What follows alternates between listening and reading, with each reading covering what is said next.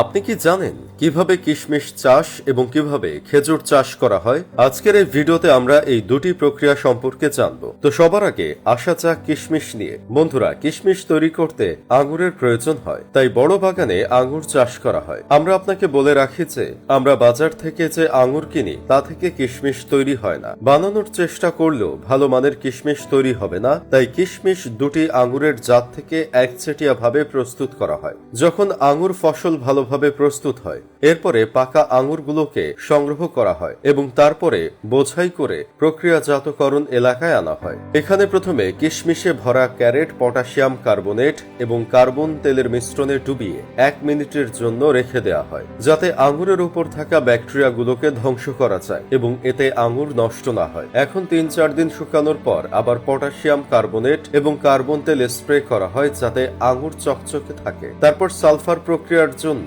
প্রথমেই আঙুরগুলিকে ভালোভাবে ঢেকে দেওয়া হয়, যাতে সালফারের ধোঁয়া বাইরে যেতে না পারে। 3 থেকে 4 দিন পর আঙুর শুকিয়ে যায়। এখন আরো প্রক্রিয়াকরণের জন্য সেগুলি আবার গ্যাজেটে ভর্তি করা হয় এবং তারপরে কিশমিশগুলি ধোয়া হয়। ওয়াশিং মেশিন কিশমিশে উপস্থিত রাসায়নিক এবং ধুলো পরিষ্কার করে। মেশিনের সাহায্যে বিভিন্ন আকারের কিশমিশ বাছাই করে এবং তারপরে সেন্সরটি তাদের রং অনুসারে কিশমিশকে গ্রেড করে। এই কিশমিশগুলো বিভিন্ন পরিমাণে প্যাকেট করে রাখা হয়। তো বন্ধুরা, এবারে খেজুর সম্পর্কে বলা যাক। খেজুর শুধুমাত্র খেজুর থেকে তৈরি হয়। খেজুর প্রধানত আফ্রিকা ও আরব দেশে জন্মে।